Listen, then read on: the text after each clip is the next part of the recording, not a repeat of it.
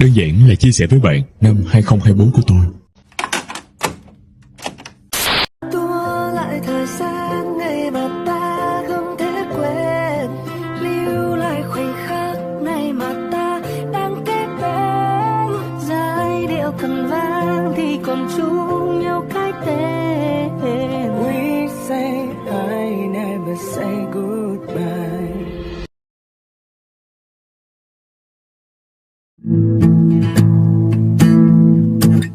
We keep this love in a photograph. We made these memories for ourselves, where our eyes are never closing, our hearts are never broken, and time's forever frozen still. Cảm ơn những trải nghiệm của năm 2024. I've always been afraid my best years have passed. They say the good